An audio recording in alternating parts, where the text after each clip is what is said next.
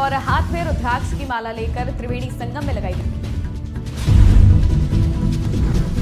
दिल्ली में जमकर हुई वोटिंग। 5 बजे तक 57.70% मतदान। पूर्व मुख्यमंत्री अरविंद केजरीवाल ने अपने परिवार के साथ किया मतदान। अमेरिका से घर लौटे 104 भारतीय। हरियाणा गुजरात के निवासियों की संख्या सबसे ज्यादा।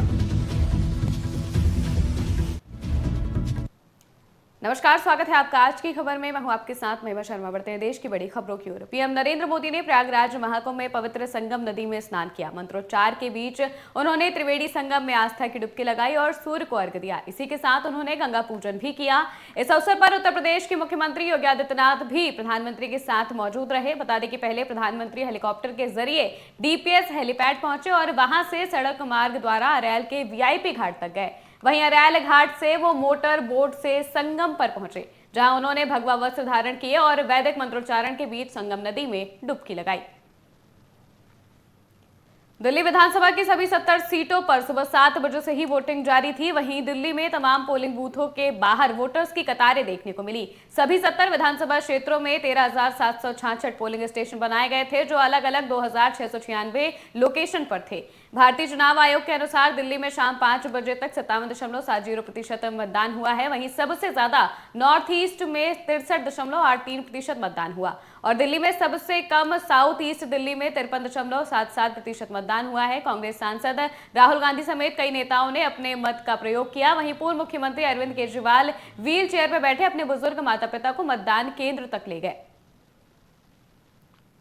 मिल्कीपुर में उपचुनाव के लिए जमकर वोटिंग हुई, जहां शाम 5 बजे तक 65% मतदान हुआ। वहीं सुबह 9 बजे तक 13.34% वोटिंग हुई थी। बता दें कि मतदान सुबह 7 बजे से शाम 5 बजे तक चला। इस उपचुनाव में 10 उम्मीदवार अपनी किस्मत आजमा रहे थे, जिसका फैसला 3,70,000 वोटर करने वाले हैं। हालांकि महामुकाबला बीजेपी के चंद्रभान पासवान और समाजवादी पार्टी के अजीत प्रसाद के बीच था। वहीं मिल्कीपुर उपचुनाव में सपा के प्रत्याशी अजीत प्रसाद ने इनायत नगर के बूथ पर अपना मतदान किया। इस दौरान उन्होंने कहा, चुनाव में धांधली हुई है। हम 70 से 80 हजार वोटों से जीत रहे थे, अब लेकिन यह आंकड़ा घट जाएगा। साथ ही सपा ने प्रशासन पर कार्यकर्ताओं को जबरन हिरासत में लेने का भी गंभीर आरोप लगाया। बूथों से फोन आया कि यहाँ गड़बड़ी हो रही है, बूथ लूटे जा रहे हैं और समाजवादी पार्टी के कार्यकर्ताओं को वहां से भगाया जा रहा है, एजेंटों को भगाया गया। मैंने खुद देखा। अब तो देखिए समय भी खत्म हो रहा है मतदान का और सुबह से ही सिर्फ और सिर्फ भारतीय जनता पार्टी के लोग पुलिस लगाकर सिर्फ और सिर्फ बूथ लूटे गए। देखिए मेरे पास फोन आया, मैं घाटमपुर पहुंचा हूं। मैंने पहुंचने पे देखा कि भारतीय जनता पार्टी का वो कार्यकर्ता बूथ के अंदर फर्जी वोट डलवा रहा था। तब मैंने उससे कहा कि तुम बाहर जाओ। वहां पे जनता भी खड़ी थी, उसने भी शिकायत करी। पूरी वीडियो आप देखिएगा, आपको जानकारी मिल जाएगी कि किस तरह फर्जी वोट भारतीय जनता पार्टी के पक्ष में डलवा रहे थे। भारतीय जनता पार्टी का जो एजेंट था वो बूथ के अंदर जाकर और लोगों को धमकाते हुए भारतीय जनता पार्टी के पक्ष में वोट करवा रहा था। जब मैं पहुंचा हूं तो वहां पे जितनी भी जनता थी उन्होंने शिकायत करी हमसे, तब मैंने इस बात को उठाया। महाकुंभ प्रयागराज में 3 फरवरी को बसंत पंचमी का तीसरा अमृत स्नान संपन्न हो गया, जिसके बाद अब सभी अखाड़ों ने एक एक कर कुंभ से प्रस्थान की तैयारियां शुरू कर दी हैं। एक अखाड़े ने धर्मध्वज भी उतार लिया है। वहीं कुछ अखाड़ों ने वापसी को लेकर तैयारियां शुरू कर दी हैं। अखाड़े अपनी वापसी के लिए शुभ मुहूर्त को देख रहे हैं, जिसके बाद वो आगे की प्रक्रिया शुरू करेंगे। बता दें कि इनमें से कुछ अखाड़े महाकुंभ से पहले काशी विश्वनाथ जाएंगे और कुछ रामनगरी अयोध्या की ओर प्रस्थान करेंगे।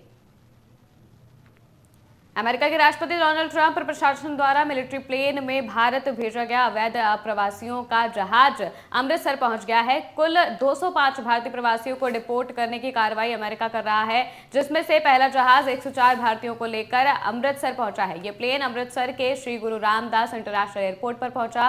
पुलिस और एजेंसियां इन लोगों के बैकग्राउंड की जांच कर रही है। इन लोगों के डंकी रूट के माध्यम से अमेरिका पहुंचने की बात कही जा रही थी। इनमें गुजरात के 33, पंजाब के 30, यूपी के 4, हरियाणा के 33 और महाराष्ट्र के 4 लोग शामिल हैं। देश की बड़ी खबरों में फिलहाल इतना ही। देश और दुनिया की तमाम खबरों के लिए देखते रहिए आज की खबर।